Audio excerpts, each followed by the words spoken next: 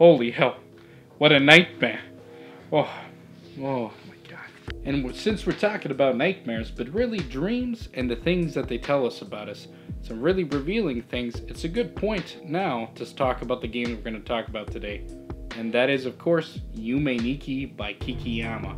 Now bear with me here, fellas, because this ain't your typical review fare. What we're gonna do right now is take a look at a game from the past. This won't be a review, but more of a look back, a retrospective, so to speak, on some games that have influenced me throughout the years.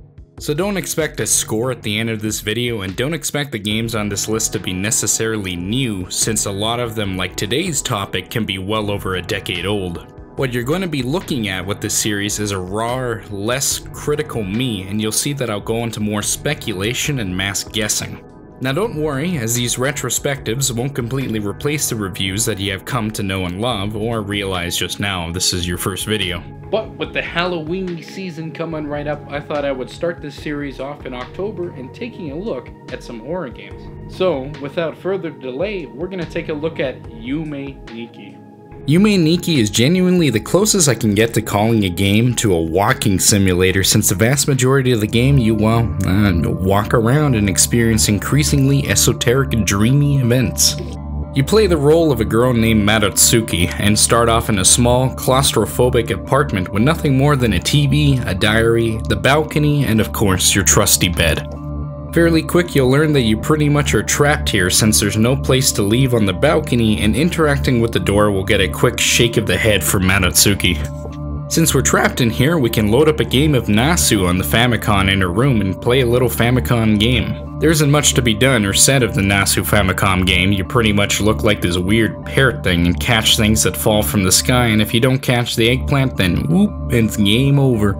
From there, we can use the diary in her desk to save the game, and finally use the bed to access Madatsuki's weird and varied dreams. And from this step, we get the namesake of this game, which, Yume Nikki in Japanese, stands for Dream Diary. Once we fall asleep, Madatsuki finds herself in the Nexus, which while in recent memory was the headquarters of the ill-fated Andromeda Initiative from the ill-fated game Mass Effect Andromeda, in Yume Nikki it could be described as a room full of doors that open up to Madatsuki's dreamscape. In this room there are 12 doors that take you to different areas in Madatsuki's psyche. Each world has its own atmospheres that goes about it. The neon world is bright and colorful with its menagerie of creatures going around, while the eyeball world is a darker one that produces an uncomfortable atmosphere filled with a slew of eyeballs, blood, and dismembered limbs littering around the floor as you walk on. Now if the dream world is too much for you, or you get stuck, you can press 9 on your keyboard and they'll have Madatsuki pinch her cheek to make her wake up in her bedroom again. But while it's just fun and dandy to walk around, there are a variety of effects to collect and experiences to, experience. Starting off with effects, there are these little, effects that alter the gameplay in minor ways, but some of them at the right time in the right place can do some drastic changes. There are 24 total effects in the game to collect, and collecting them all is basically one of the overall goals of Yume Nikki. The most common effect you'll use, and one I recommend getting first, is the bicycle effect, which can be found in the graffiti world. It basically ends up doubling your speed so you can traverse through the different worlds at a much faster pace. Since I won't lie to you, if you have to go through all of these worlds at the regular Madatsuki's stride, it would get tiring rather quickly. Another set of useful effects are the Metamude, or eye palm effect, and the knife effect. The Metamude effect is similar to pinching your cheeks to wake up, but instead of traveling all the way back to Madatsuki's room, you can just do this to go quickly to the Nexus. The knife effect, on the other hand, can be used in a variety of niche but otherwise important processes, but the most common applications is stabbing the hell out of people. Now, stabbing people can do various things, from removing them from the map, or in some instances it creates or leads to an event. This now leads us to a whole slew of heartwarming, weird, bizarre, and sometimes downright horrifying events that we can get in Madatsuki's dreamscape. Using the effects we have gathered, we can go into much deeper and more ethereal parts of the dream world to experience, and here's a few moments that are some of my favorites. To start off, we'll have with a minor one that's an event that can be possibly triggered when you wake up out of bed. If you happen to land on that 1 out of 64 chance when you wake up, what will happen is that Madatsuki will wake up with a crick in her neck, having it turned over to the left the entire time. In this state, you can't really do much. You can't save, you can't play on the Famicom, so the only thing to do is go right back to bed. So it plays into the fact that it's not anything really significant or drastic, just one of those weird little things that might just happen when you wake up. Some good events that can be experienced can be found in the White Desert, and in order to access it, you need to go to the entrance by talking to Mafurako, a girl in the block world that seems to be floating hat and scarf. Every time you talk to her, she'll teleport you into an area in the map, and you gotta keep coming back and continue to pester her. Eventually, Mafurako will get annoyed enough to just teleport you to a giant door in the block world, which leads directly into the White Desert. Once in the White Desert, go a bit to the left and meet a guy named Dave Spector and give him a good old stab in the back and hear his muffled screams. Once you do that, go to either the left side to see an event dealing with Monoe or Monaco, which are two sisters that reside there, their names being based on the monochromatic looks. Starting with Monoe, you enter the tunnel from the left and you'll find yourself in a mostly dark room. I would recommend that you use the cat effect to find her quicker, because once you find her and interact with her, it'll flash a full screen event of her face, to which it'll fade away and Monoe teleporting into somewhere else in the room. After, you can go outside and stab Dave Spector for a second time and enter the tunnel from the right hand side to see Monaco's event. Inside, it seems to be just a tunnel with a girl in the middle, looking a bit droopy-eyed. You can't really interact with or talk with Monaco, so at first it doesn't seem to do much, but if you have the stoplight effect equipped and turn it on, Monaco will transform to some other goopy being. Talking to Monaco at this point will trigger a full screen event with some wacky music playing that shows an image of the transformed Monaco zooming in and out of view. After that, you can hang around or leave to go explore the other places in the White Desert. This is one of my favorite little events in the game because it encapsulates perfectly that sort of like, not really horrifying, but kind of unsettling and bizarre things we can see within our dreams. But you can also probably tell that this is one of my favorite sequences from, of course, what's on my shirt, which is good old Monaco, but in a more twisted vibe. Moving on, we'll talk about one last event that I really enjoy, and it's one that can be found in the good old Pink Sea. To access the Pink Sea, we have to go to the snow world and travel to the igloo on the lower right hand corner of the map. Not too far away from the woman, you get the Yuki Onna or Snow Woman effect. Inside the igloo, there's a portal on the ground that will take you to an area known as the Pink Sea. It's a mostly linear location with a balloon near the end that will teleport you into the Pink Sea itself. After, just walk north until you reach another balloon that will send you right in front of Ponaco's house. Inside lies the aforementioned Ponaco, who's looking kind of annoyed at the fact that you just waltzed into her humble abode that looks nothing like the outside of the building. There isn't much to do here except to stab her to death, but we don't want to do that. What we actually want to do is continually flick on and off the lights. Now, you can't just go into her house and continually flick on and off the lights to trigger this event. You have to leave. Enter the house again and flick on a light, and if it doesn't work, then you rinse and then repeat. Eventually, once you get that 1 in 64 chance of triggering the event, the room will flash white quickly and you'll be greeted with a goopy monstrosity known as Uboa-chan. Interesting fact that a lot of people believe that Uboa-chan was actually what made Yume Nikki really popular in the West. I think it's really neat that we can take something so weird and abstract and just make it poof, fly in the West. When you're face to face with Uboa-chan, you can't leave the room or turn off the light, and the only way to progress is to interact with Uboa. Once you interact with her, you'll be teleported to a looping room covered in goopy white stuff, with a multi-armed entity seemingly groping some mountains off in the distance, and Uboa with an even more contorted face in the foreground. Since you also can't do anything here, the only choice for escape is to pinch your cheek to wake up or use the Metamude effect to return to the Nexus, and forget the awful experience you just went through. So now that we've gone kind of through a few effects and a few of the events, you're probably wondering to yourself, what kind of happens when you collect all of them and put them down? Now to do that, we kind of have to go into spoilers territory. So if you want to take a look at this game in a more fresh perspective and not know the ending or a lot of the things that I'm going to spoil for you, take a look down and this timestamp here. This will take you to the end of the video and my final thoughts. But with that, you got your warning. You ready to go? Yep, ready? Okay, now we're going. Once you end up having all 24 effects, you can go back into the Nexus and plop them all down on the floor. There's no discernible pattern to them, so you can place them as neatly or haphazardly as you want. But once you got all 24 down on the floor, pinch your cheek to go back into Matatsuki's room. Head on outside onto the balcony and to see the ending. You'll find a set of stairs that weren't there before, and when Matatsuki climbs the stairs, she leaps off the building, only to be greeted with the end credits. And all that's left is a puddle of blood and jellyfish going about their jelly business. So when I reached this screen ages ago, it kind of made me realize that, like, man, there's much more to this game than I kind of expected. So of course, I kind of go back into the dreamscape and look at separate events and things and try to find and connect the dots within the imagery and all that sort of nonsense. But since I'm kind of an idiot, I went like, hey, I kind of don't really get anything. So with the help of the internet, I kind of got to understand a lot more about the themes below Yume Nikki. And holy hell, dude, there is a lot of things to take a look under this damn game with its themes. Specifically, we're going to take a look at the themes of isolation, sexual abuse, body horror, and of course, violence. To start off, we're going to have to touch on themes of isolation, since to me it's the one that I spotted the most going into it, and the one that really leaves an impact on me the most, since I've had to deal with feelings of isolation and others close and dear to me still have to deal with it. Matatsuki is what they call in Japan as a hikikomori, which can be described as a reclusive individual that, whether willingly or through anxiety or guilt, tend to live lives of extreme isolation. There's a few documentaries out there that highlight the plight of the hikikomoris and kind of looks into the really sad lives that they genuinely do have to go through, and how they vary from the shut-ins of the West over here. If you want to take a look more about them, I would go search up online or whatever.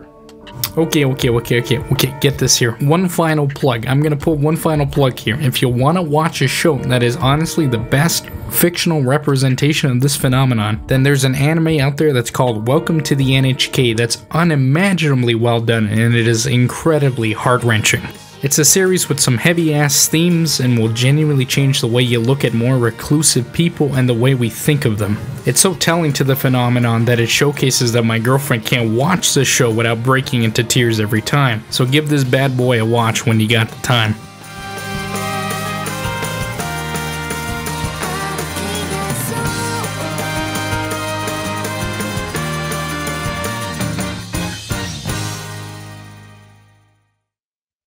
Now to get back to Yume Nikki, isolation is a theme you'll see throughout the game. Whether it be a myriad of characters alone in their own little worlds, Matatsuki's room that is never exited, or the genuine lack of interaction with anyone in the game. Most NPCs will either completely ignore you, or, like in a sense of Manoe, will briefly show their normalcy then fade away to another part of the screen. It personally reinforces the idea that Matatsuki has some social interaction issues, since most people you can actually talk to either do so in a series of numbers, or are embedded within the Famicom worlds.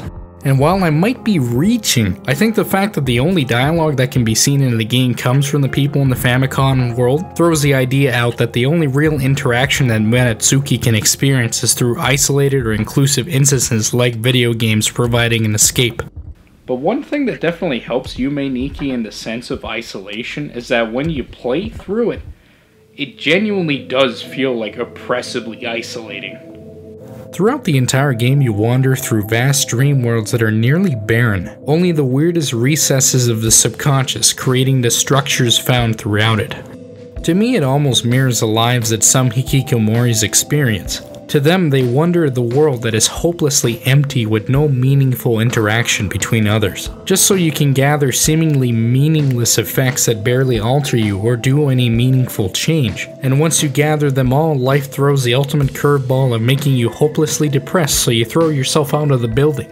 And of course, when you throw yourself off a building, you're gonna turn yourself into a bloody goopy pile of, well, goop. Which leads us to our second theme that we're going to talk about right now, which is violence and body horror. If you're blind and haven't noticed by now, or haven't played the game, you'll quickly come to realize that there is a whole slew of bloodshed, creating whole dream worlds centered around violence and horrific imagery. Wandering around the various worlds, you see acts of violence all around you. A dead human carcass in interesting detail lies in a pool of blood in the middle of the road within a forest. Pools of blood lie on the floor with no real pattern to them, and not too far away from these pools are horrific collections of dismembered limbs and eyeballs, and we're not even mentioning the eyeballs world that amps that up to 11. But when it comes to specific theories, there seems to be two thrown out the most. One saying that Matsutsuki is the victim of some sort of violence, and the other being that she is the perpetrator. Now, within these two areas of theories, there are some specific instances that can point towards one or the other, but there doesn't seem to be a general consensus on whether Matsutsuki is somebody who's been horrendously abused, or if she is the abuser. But since these are my thoughts on the subject, I'm going to take a look at both sides of the argument, and to be honest, I think there's value in both. From going to being an abused person and through it creating a sociopathic menace. To start off, we're going to take a look at some of the evidence out there that supports the fact that Matsutsuki has a history of abuse, and that a lot of these can be seen with the effects that you can use. One of these effects being the midget effect that transforms Matsutsuki into a teeny tiny version of herself to access a variety of areas that seemed inaccessible. But it also has two other functions that are directly related to each other. The first of these two functions creates a bunch of copies of her, upwards to about 6 that tend to wander whatever screen that she inhabits. The second function, after the one that creates a bunch of copies, is the function that gets rid of all these copies, and in doing so has some gruesome effects. Because when you destroy these copies, they blow up into a shower of gore and let out the game's distinct agonizing yell. There's also possibly a more literal interpretation of abuse that can be found with the severed head effect that turns Matsutsuki into her own decapitated head. It's hard to say whether Matsutsuki was actually killed or not, but I'm inclined to believe that she hasn't been murdered, as that would negate the ending. So I feel it's a more figurative gesture to basically show that she's a dead man walking. And a theory that supports that even more is the triangle kerchief effects that equips Matsutsuki with a piece of headgear called a hitai kakushi, a triangular hat that is commonly associated in the Japanese depiction of ghosts. To me, this effect, similar to the severed head effects, give me the vibe that Matsutsuki feels like she's been marked for death, already roaming the world as a specter to live out the nightmare of her abuses and possibly the vile acts that she has committed within her dreams. So now we're going to switch gears over into the idea that Matsutsuki herself is the perpetrator of the wanton and horrendous bouts of violence and body horror that you can find in this game. The single greatest piece of evidence when it comes to this line of thinking is the one of the most common and important use of the effects that you get within Yume Nikki, that being the knife effect. With some of the effects within the game, you can do various things to the NPCs, whether it is having them attracted to you with the cat effect, or stopping them dead in their tracks with the traffic light effect. But if you want to interact with any of the NPCs in the game, there is only one way to do it, and that is killing or otherwise harming them with the knife effect. Yeah, you never really think about it, but once you do, you kind of go, holy hell, like, that's right, the only way you can interact with these people is like horrendously stabbing them.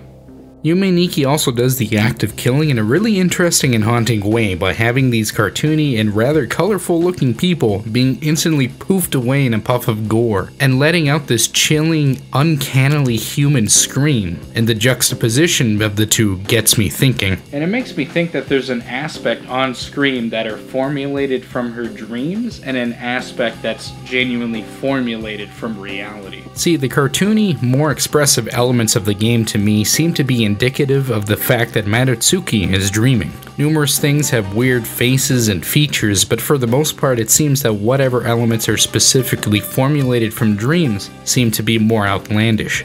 Now, not everything in the dreams are so outlandish. There's a plethora of recurrences and visuals that make me believe that these are taken from Matsutsuki's real-world experiences, and that it constitutes most of the really graphically violent and sexual imagery. And using this line of thinking works hand in hand when you use the knife effect, because all of a sudden this outlandish, almost cutesy looking NPC poofs into a graphic cloud of blood and lets out a blood-curdling scream that is unlike anything else in the game. It makes me like to think that these occurrences did indeed happen in reality, and I like to think that Matsutsuki is the one who perpetrated it. Numerous times within the game, there are instances where the knife effect is mandatory to continue through Madatsuki's dreams, as there are areas that the effect is needed to enter, some of which require stabbing some seemingly inanimate objects. One of which you need to stab a whopping 30 times. Another area that's worth noting is the infamous stabbing room within the Numbers world, which is so ridiculously thick with NPCs that you can't even move through it, so of course the only other way to progress is to start chopping. Once you make it towards the end after killing an insane amount of people, you're greeted to nothing but an ambiguous decoration on the floor that some say is a large mask or a landscape model, but in the end seemingly not something worth killing a bunch of people for. Except for the fact that it is. At least for Madatsuki, it would have mattered that much because we just killed all those people to get there. I also like to believe that a vast majority of the mutilated body parts and the untold amount of viscera is directly related to the victims of Madatsuki, of which she is reminded of in nearly every part of the dream world. For instance, in the sewer, there are a series of 9 portraits that can be found, and each one is an uniquely disturbing image that many have speculated to be Madatsuki's victims, which using that line of thought suggests that Madatsuki might be a very prolific killer within the real world. There's also an interesting event within the dense woods that I would like to touch up on, and that's Shitai-san, also known as the one body that gives you the stoplight effect. Shitai-san is interesting in the sense that he is the only NPC in the entire game not to react to the knife effect, which leads me to believe that this event seemingly spawned from violence might not be the case, as some are led to believe that he's the victim of a traffic accident. Another interesting aspect of Shitai-san is the hyper-realism with his body. It's really the only thing in the game that is instantly identifiable as a dead body, and leads me to believe that out of a lot of the events that might have happened within the real world, this one for sure Madatsuki witnessed. Otherwise, why is it in the dream world, and why is it so well detailed? So there we have it. We have some solid foundations on two sides of the argument when it comes to the genuine physical abuse. And so with that, we're going to transition to probably the biggest single theme that Yume Nikki has running throughout it, which is of course the sexual themes. Like all things in life, if it isn't about violence, then somehow it must be about sex, and Yume Nikki sure as hell ain't any different, because the themes of violence, body horror, and sexual abuse all go hand in hand. I would say the vast majority of the game's visuals and recurring imagery are related to Madatsuki's relationship to sex, and most of the popular and sort of widely accepted theories seem to come to the conclusion of some sort of sexual trauma in Madatsuki's past. We'll start with the game's recurring body parts, and in particular its hands, eyes, legs, and mouths, which to me are memories or symbols associated with sexual aggressors. There's literal wandering hands within the various worlds, some like the Metamute effect, creating a sort of groping motion that seem to be coded references to specific cases of sexual abuse. In the forest, there are eyes that wander around, but when you go past them, they start to follow you around, providing the idea that these might be stalkers and abusers, following her around and tracking her down for more nefarious events. So since I keep referring to horrendous sexual traumas, how about instead of just referring to them, we'll actually discuss them, and I have 2 good examples. The first one we'll talk about goes back to good old Uboa-chan that we talked about earlier, and more specifically the messed up world that he, she, whatever the hell it is, traps you in. Inside that screen, you'll be greeted in the distance by a ghastly, multi-armed menace that seems to be groping some mounds out in the distance, that obviously is meant to symbolize some abuser groping some breasts. Breasts that many believe to be associated with Madatsuki. The floor that Madatsuki walks on is an endless sea of white that constantly loops, and this goopy white sea of goop disturbingly puts the notion forth that it's seminal fluid, aka semen. I'm also inclined to believe that the fact that you can't leave this screen means that this event or nightmare more likely happened in reality, and that Madatsuki could never escape from the incident, forever leaving a mark on her psyche. The entire room, every time I venture into it, is always just deeply unsettling. That slow, perverse, depiction in the background, roping the mounds, and then that slow, empty soundtrack just always makes me want to leave that part of the dream faster than usual. There is as well a completely different encounter that I haven't mentioned yet to save it for the end here, and that is of course the infamous face encounter. To reach this encounter, you have to have the knife effect and head on over to the Numbers world, and within it you have to find one of the zippered walls that has a face on it. Now all of the faces show a smiling face, but the one we're looking for and the only one in the game is a zippered wall with a sad face on it, and it will react with the all too familiar shriek sound effect but revealing a portal to a new area of the map. Beyond this door, you are greeted to QQ-kun, a rather phallic looking character that's rubbing the handrail that he's near, in what seemingly seems innocent but makes you feel like there's something more sinister underneath. You quickly come to ignore him and walk over to the right where there's a door that looks strikingly similar to the one in your room that can't be opened while you're awake and leads to the nexus while dreaming. You enter the door and you're presented with this.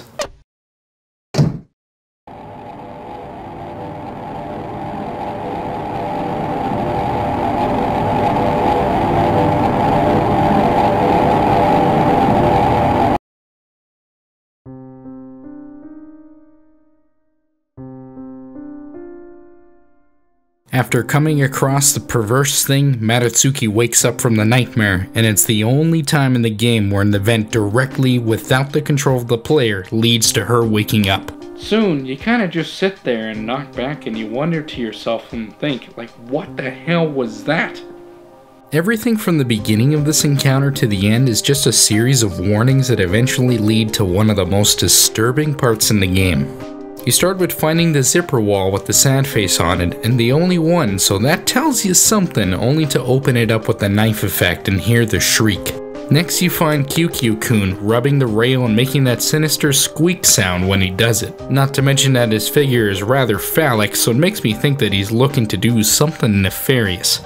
After that, you reach the door and go from normal weird dream to horrifying face thing near immediately, escalating out of nowhere. From QQ-kun's unsettling stare to the painful and forcible manner it took to get to the door, and on top of that with the knife effect and the fact that the door looks exactly like the same one in your house, leads many to believe that what this nightmare is trying to signify is the trauma from a rape event that happened within the real world. And the more you think about it, the more you start to connect the dots and kind of understand more the overall thematic structure of Yume Nikki.